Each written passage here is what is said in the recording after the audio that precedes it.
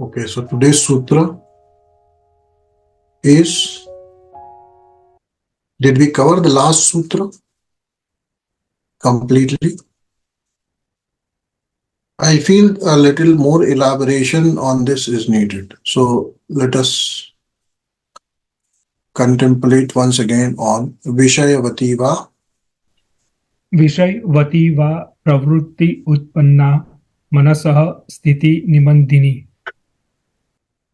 This sutra is actually in continuation of the previous sutra. What was that?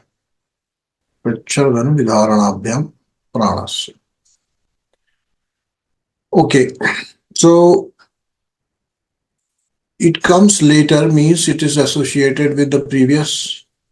Every sutra, by the way, is for what? Chitta vritti nirodha. Every sutra is for what? Cultivation of abhyasa. And every sutra is what somewhat guides us for the vairagya. It takes us to vairagya. Even in this sutra, when we say focus on inner smell, of which you are the master, you are the creator, then your dependency on the world is zero. Which means you have already detached yourself from the world. Correct? When we were discussing Maitri, Karuna, etc., the focus was how we feel.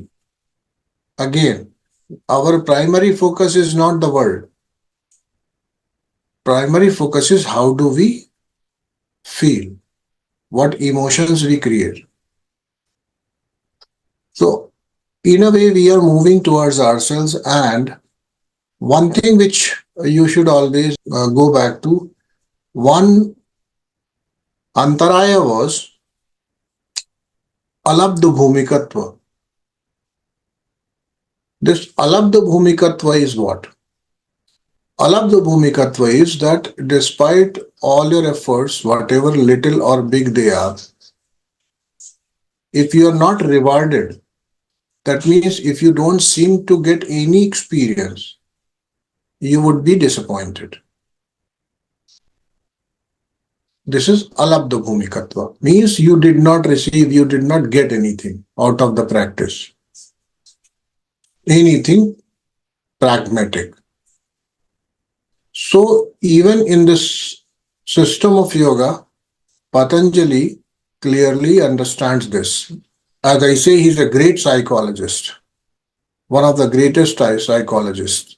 So he understands if you will not be able to experience subtle, hidden, dormant powers within your body, mind, energies, which is independent of the world, you will not be able to understand that you have the capacity to even progress on the path which has been shown by the sutras. So sutras should also become the means for giving you little bit glimpse of it, where you can start appreciating the whole system. Something which is not achievable by the ordinary. So alabdha bhumikatva is also one of the things which is taken care of by this sutra. What is it? The previous one, viṣayavatī vidharanam va pranasya. So that way the mind is taken control of by the process of, special process of breathing. The breathing has been defined as pracchardana and vidhara. So pracchardana and vidhara are the technique. Dealing with the breathing. It's a rigorous breathing. You have to be trained in it. It's not neither kapalabhati nor bhastrika. Okay. Here, another thing is, there is another pranayama which is known as a kapala bhedi, not kapalabhati. Okay. So kapala bhedi pranayam is to be done. This is what has been indicated in commentary of other teachers who have been associated with the yoga marga. So they have said that using Kapala Bhedi pranayama, which is attempted after having mastered Pracharadana Vidharana pranayam, you can develop certain powers to invoke or create all these sensations well within the body. One of them is, of course, Divya Prakasha, the form, the light. And since our world is primarily Nama and Roopa, so two forms especially attract us, keep us engaged. Maybe with the smell, you can carry on with the daily chores of life. There will be no issue. Maybe you can still continue with the divine fragrance around. You may not be enticed so much. That smell will become your perfume that you carry all the time with yourself. And you will still be engaged in the world because it's an ancillary experience. For us, smell is not the primary captivator of our senses, our attention. It's not. It may be something which make you what is a smell generally used for. It is primarily related with food, but also related with other objects where we should go, where we should not go, right or not? What thing you can approach, what you think you cannot approach. So smell is about that. But suppose you have created your own divine smell and you are unaffected by any other smell around, you will continue to deal with the world more so without any trouble. Earlier you had at least 50-50 chance of getting some sort of aversion, now nothing. Everywhere you can engage. So therefore, I would say that smell is that tanmatra. Even if it manifests, it will not be able to capture your attention so much. Though it will also serve as a precursor to enhancement of capacities, that you will see that I can do it. I can do it means I have progressed a little as per the system. Because Yoga Sutra says, or the commentators talk about it, that such an experience can be produced by focusing your attention on such and such place.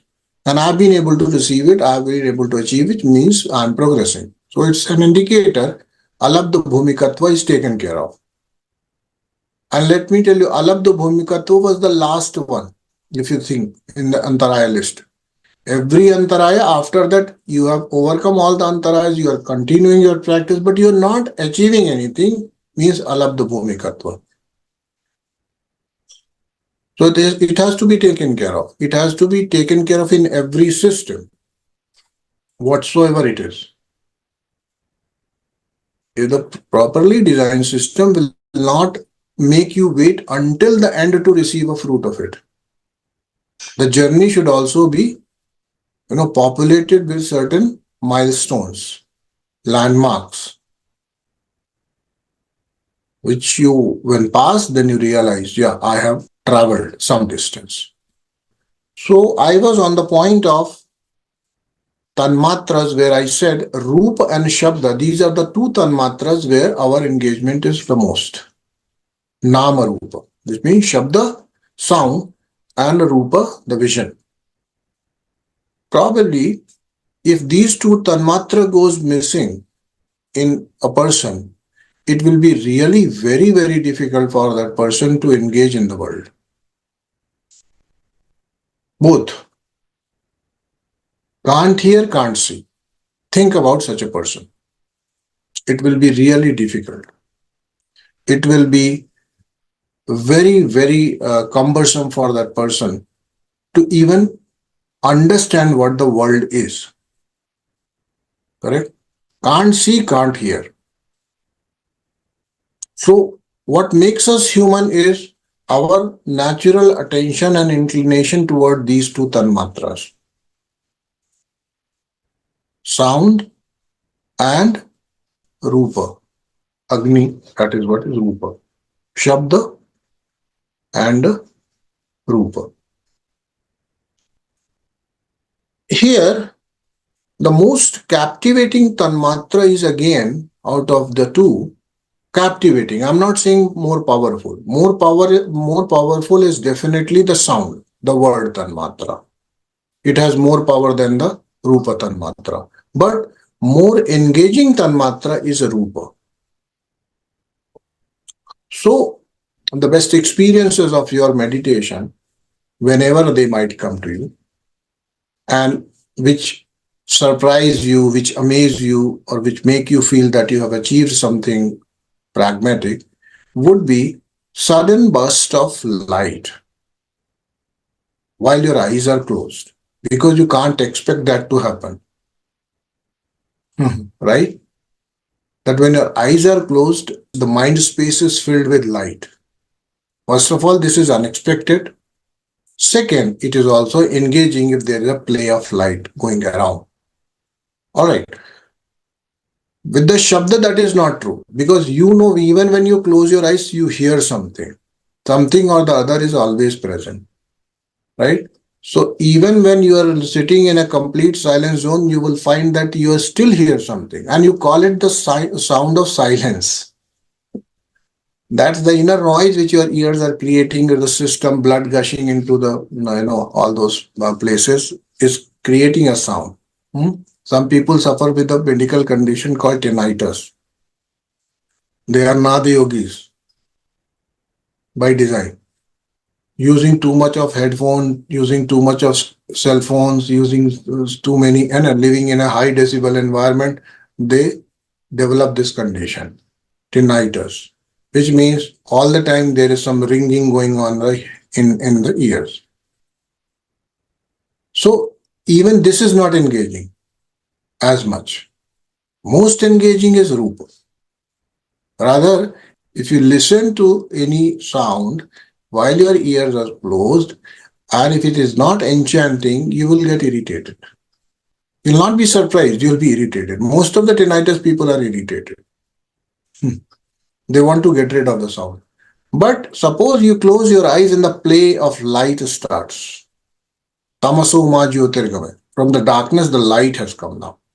This is most amazing, I think. And therefore, yogis recommend, and you also probably want, that there should be light, right? That's the most amazing experience. Anyone who sees light in the meditation becomes very happy. Today is light, very bright. Next day, no light. What happened? The bulb fused. So, yeah, I saw it 5 years ago. I saw the light. Now, since then, the connection is off. No light. Everything else might be happening, but they are not captivated by that. Understand? That is why I say the most amazing experience of meditation is that light, which is inner light. For that, yogis have given us this method of concentrating our attention on soft palate, an area around soft palate. But this will not happen with ordinary concentration. First of all, to be here, you should have moderate vairagya. Without vairagya, your senses will keep running here and there for the food they want, right? So, vishaya. So, whatever food your senses want, they will want to engage in that. And therefore, if you don't have vairagya, you will not be able to sit in meditation quietly. You'll be dealing with so many things. As the vapors arise from the water, so does our stream of thoughts coming from the vasanas and sanskaras, stored well within the mind space or chittam. So yogis have suggested that you focus on soft palate. Put your attention on soft palate. When you do so, with control on your mind, the phenomenon of light is seen. It is I will say it's an achievement. What it is showing? That you have some control. At least at the time of practice, you were in the state of vashikara vairagya. You are not vairagi though, but only for the time being you become vairagi. Vashikara, under control vairagi. So that vairagya was there for the time being, you were not engaged in your worldly affairs. You were available for the practice. This is vashikara, vashikara vairagya. You understand vashikara? It was talked about vashikara, then paravairagya. So vashikara vairagya is this. In vashikara vairagya, moderate, some critical mass of vairagya, then critical level of concentration, that threshold level of concentration when achieved, a moderate meditator will be able to produce this effect of light. It's not a big deal. But to be able to create it and to get engrossed in it, you have to have the state of stillness of the mind. What happens mostly? When, suppose, in any practice you have seen this, in any session of your meditation, in particular session, suppose you saw this light. Now, when the light appears, it immediately triggers the stream of thoughts. A little bit. Later, maybe 2, 3, 4 seconds, 5 seconds maximum, and then you start questioning how come, what is it, or this is very beautiful. So will chatter, the words start. These words will again deter you from sustaining the experience, which means was again and again you'll have to come back to chitta-vritti, nirodha, whatever little you have, vairagya, no smritis. Now, what mostly happens is that once you have had this experience, let's say, next time when you sit, you're haunted by your own memories. You want that light to appear, which appeared yesterday. So yesterday was yesterday. Today is today. And Patanjali has clearly said that you have to deal with the smriti. That's the most difficult one.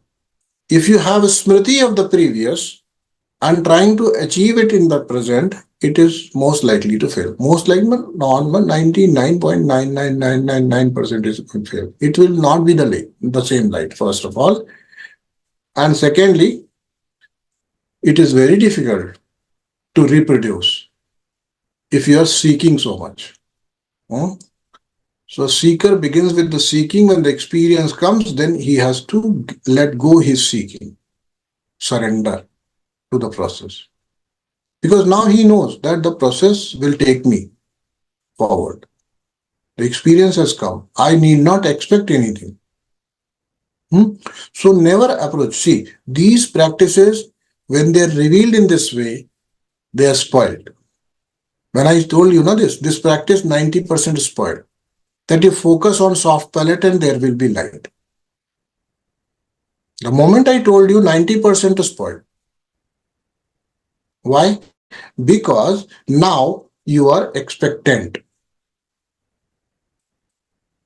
And this expectation, you see, this curiosity, when the light will come, when the light will come,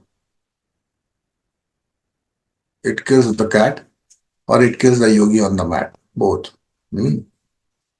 So the yogi dead because he is now dealing with his own internal stress of when the light will come.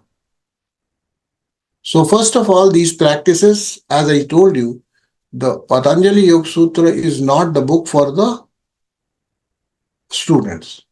It's the book for the teachers, number one. Number two, one more rider. There is no book for students. Don't think that this book is not. Actually, there is no book for students. You see, I have given this allegory there. This, what it is. Like, you want to learn swimming by reading books. No such book exists. Understand? You want to master the art of swimming by reading books. I'm sure you'll be drowned. It will be very difficult. You can't become expert. And let's say you take it, no, I can. Okay, YouTube, DIY. Forget about it. Now I'll give you the next. There is no such book which can make you learn reading. Understand now what it means? You don't know reading. I'll give you a book. Learn from it. Think about it. This is the exact situation of every learner. And therefore, those who think, I will read the book, I will watch the videos, I'll consult others, and I'll start doing problem. They run into problem. Invariably, they run into problem, or what they land up is alabdha bhumikatva. Nothing happens. Understand? So there is no book for students. A student should humbly let go his ego and let go his power, let go his fame, let go his name, let go his status, simply with folded hands bow down to a teacher. That's the way for a student. All right. And therefore, the practices which are given in the lineages, they are not given with these immediate outcomes of it. It should not be given. Understand? Because when the outcome is known, you become expectant. And the expectation will not let it happen. Because expectation in itself is a big churning force. It will not only keep the mind into turbulence, but also it will, at a later stage, frustrate you. You see, all the frustrations of life are based on our expectations. So there is no reason why you will not get frustrated in your meditation if you are expecting. Meditation is no different. Therefore, things are not told. What will happen is not told. This is the right way of giving practice.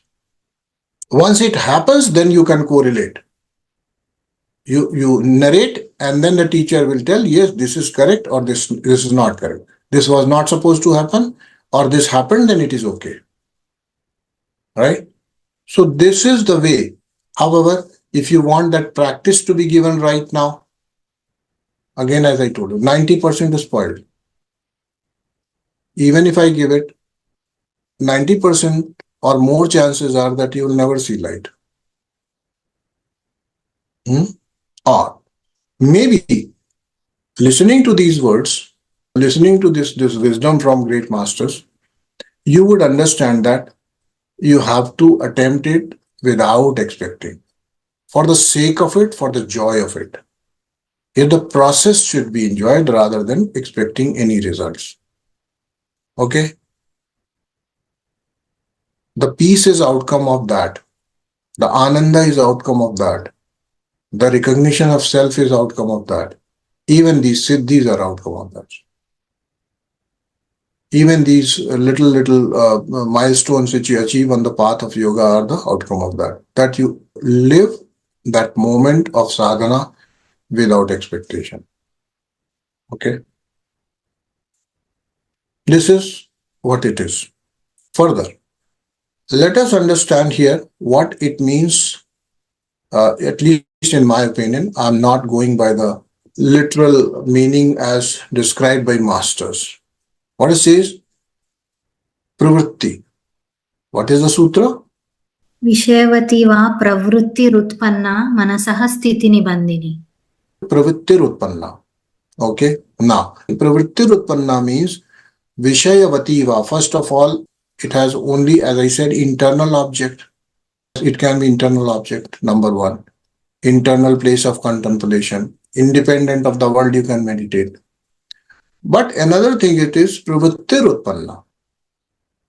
This word in isolation, let us analyze. Any tendency means what? Constant flow of energy in a particular direction. That is what called tendency. Okay. Then it becomes manasaḥ sthiti-nibandhinī. Are you not captured by your own thoughts? Have you not seen that? When you are in anger, you are in anger. You don't see anything else. When you are in hatred, you are in hatred. You are in that.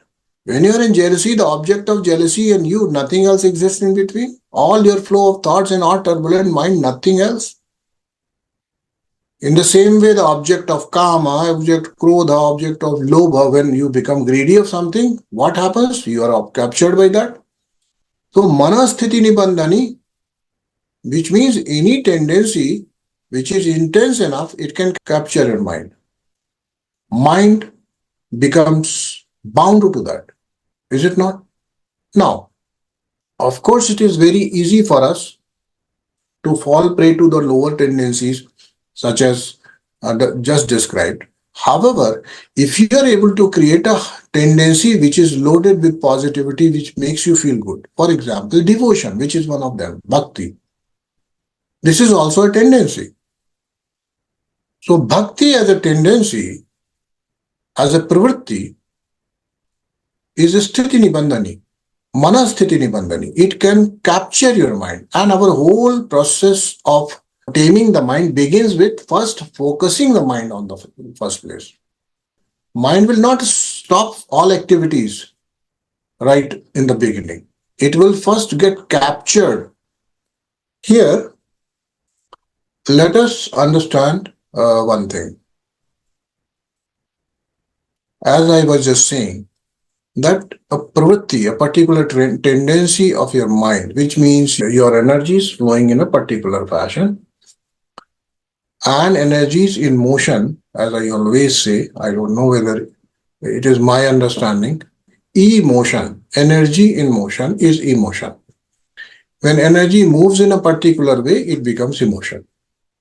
Now, here what exactly is being said, that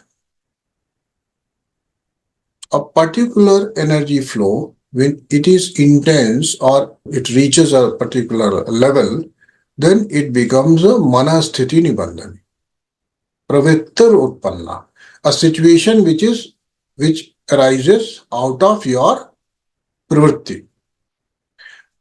Here one example or one particular thing I would like to tell you. Out of the two great teachers of our recent great teachers, not too far in the history, contemporaries, both are contemporaries. One was the Gautam Siddhartha Buddha and another was Mahavir. Okay. So Mahavir has described various dhyanas or type of absorptions. Dhyana or absorption. He has actually described two absorptions which are negative. He has said that there is one dhyana which is called consumption of mind, is dhyana. You please understand.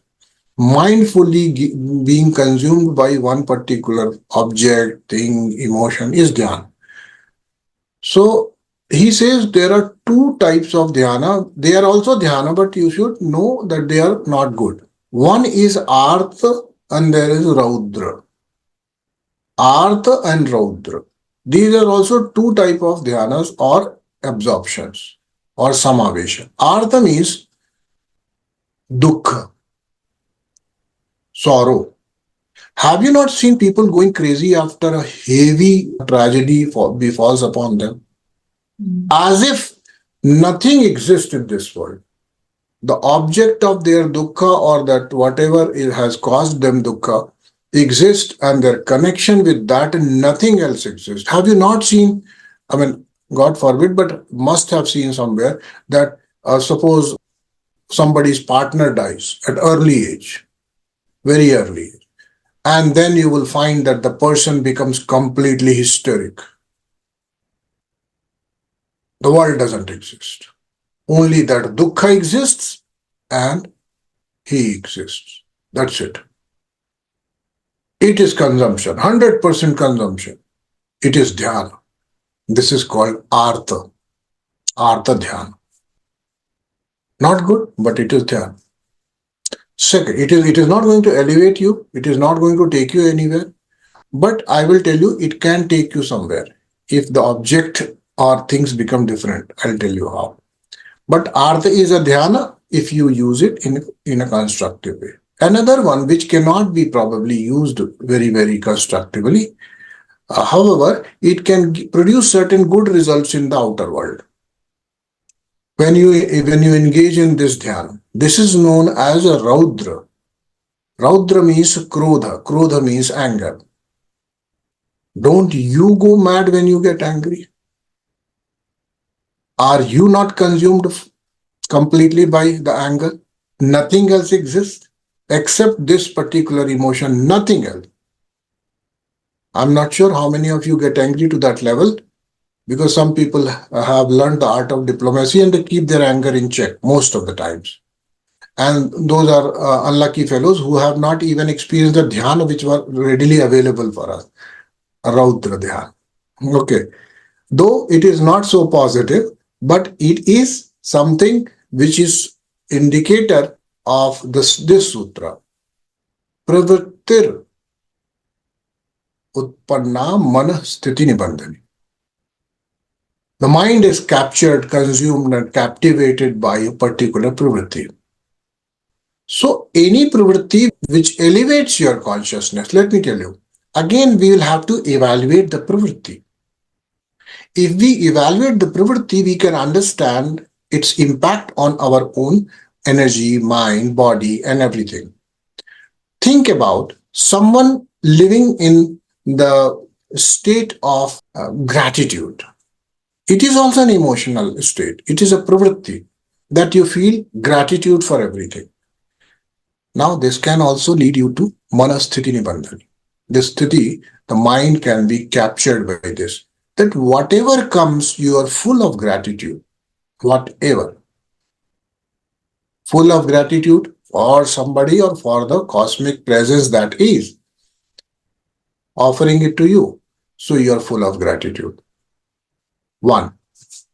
Another is the devotion, which means it is a way of getting your ego consumed by the personality or the entity upon which you are devoted. This kind of emotional current will also consume you. Devotion. So similar sort of emotions in a varied variety, you need to identify what helps you. All the great poets in their samavesha who have written great poetries about the Lord or to the cosmic mother or the experience itself, they are appreciative of beauty. So seeing beauty everywhere is also one of the pravritti, but not limited to any particular object. Seeing beauty everywhere, in things, in people, in situations, everywhere you see beauty. Further, there can be another way of getting consumed. It's also by experience of internal love for everything that is. So these are the emotions which can capture your mind, captivate your mind, and it will help you. Pravṛttiḥ utpannā, manasaḥ sthiti-nibandhinī. These tendencies you can cultivate. And these tendencies, positive tendencies, I'm not talking of artha and raudra here, because these are two negative tendencies which will consume you totally, but only to your devastation. That is the outcome. You feel depleted. You never feel nourished. After krodha, you feel depleted. And I'll tell you, even the kama is one of them. However, Mahavir, a celibate from the path itself, from the nature itself, has not talked about it. However, it is also one of that which can consume you, but negatively so if you don't know how to transmute it. So therefore, many emotions exist which can consume you. You can see the spectrum of emotions and then you can decide for yourself that this is what nourishes me. This is what makes me feel good. Try to cultivate it. Try to be in it. That is what will further enhance your capacity of keeping your mind engaged at your will, which is equivalent to dharana. And another scripture from tantric tradition talks about various dharanas. It doesn't call the meditation dhyan. The meditation is not referred there in that scripture as dhyan. It says it is dharana. Dharana, when becomes completely strong and it mobilizes itself with full force in its maturity, dharana becomes dhyan. So why to call your effort dhyan already? You can't say that, right? Rather, it's a better way of saying that I'm trying dharana. If it culminates into dhyan, very nice. If it does not, then at least you are true to your statement. So, in Vijnana Bhairava Tantra, that particular scripture, there have been given so many methods in which you capture yourself with the sense of amazement, sense of happiness, sense of joy, appreciation of beauty. So many are given. So, I need not talk about it. Whenever there will be some time, we'll pick up that scripture and we'll detail that for you. However, for now, just focusing on this particular sutra where it says pravṛttiḥ utpannā manasaḥ sthiti-nibandhinī, and second is the viṣayavatī. So vishaya, even the external vishayas do capture, don't we? People go to Himalayas for what? They can meditate in the street of New York also. But why? Why? The city, yeah, that particular street where so much chaos is already there, it is not able to capture their mind. So what they do? They run away from there. They go to silent place, undisturbed place, and then they come here, like in Anand Shakti Ashram, and they create the New York street here. This is how it happens. But suppose you are not given that chance, you are there alone in your solitude, you become one with the nature. That captivates you. The beauty of Himalaya, the serenity, the calm and the silence and the peace, it captures you. Which means when you become appreciative of what is, and because you have your own filters ready, nobody can change them unless you try, that you know this I like, this I don't like. What you like also captures your mind in a positive way. What you don't like also captures your mind, but in a negative way. Patanjali understands. He says, any pravritti, any tendency, any way of knowing or knowledge has to be converted first from klishta to aklishta. So it's better to find a place where you are calm, where you are quiet, where you are in solitude, where you are near the beautiful things, properly organized. Wherever you feel good, you should be there. Why? Because this is the beginning of yoga. But don't remain attached to that. That's again a problem. Because if you develop raga later, raga for such an environment, it's a problem. It's only as a beginner you can start working on mind. But please understand, we have to develop vairagya at the end of it. We should be able to do it even when the situations externally are not being met. So pravritti, for creating a pravritti and getting the knack of it, you can begin with in certain controlled environment or exposure to the great grand beauty of the nature, etc. However, you have to become completely independent of it at a later stage of your journey. That is what is required of us. So pravritti utpannā, whenever I will stand in front of an idol, Ganesha idol, Krishna idol, Rama idol, Devi's idol, I feel full of bhava, devoted. But idol removed, devotion lost. If that remains the state, I think you'll have to carry that idol on your shoulder all the time. And then it is a problem. So we have to cultivate this tendency of becoming aware of how currents are flowing, and then yoga goes one step ahead. It tells you that when a particular emotion or particular way energy is moving, recognize its locuses in the pranamaya kosha and try to emulate it, simulate it when the objects are not there. And thus you can create that same experience Same kind of thing, irrespective of the object not being there. Understand what it means? In the system, that is not directly discussed in Patanjali Yoga Sutras, though, but it's a part of tantric traditions where they tell you about different chakras. Now, how do you rotate your attention between different chakras can create certain bhavas. Those bhavas are, unless you get the knack of it, you cannot. By just putting your attention on different chakra does not create it. First, you have to become. When I am in that sense, I'm experiencing something positive, how my energy moves. So much sensitivity is needed. Once you understand that this is the locus, this is the path my energy follows, and energy follows your thoughts, energy follows your awareness, energy follows your attention.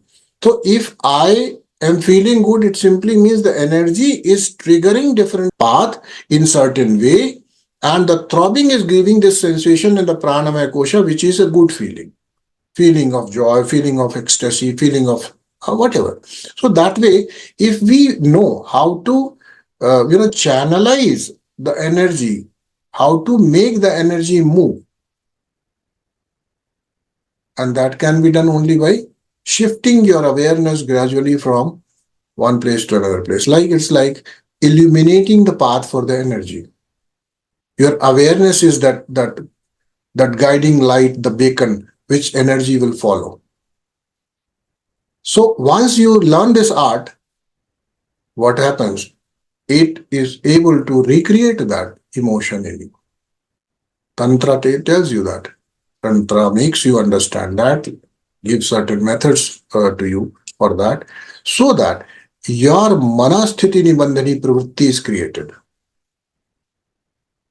So advanced sadhakas know that they have been given many methods how to create the locus, create the path, illuminate the path for energy. So there your attention is like a torch bearer, the one who is leading the team, the one who is leading the energy. So your awareness moving from one chakra to another, not only 7 let me tell you, there are not only 7.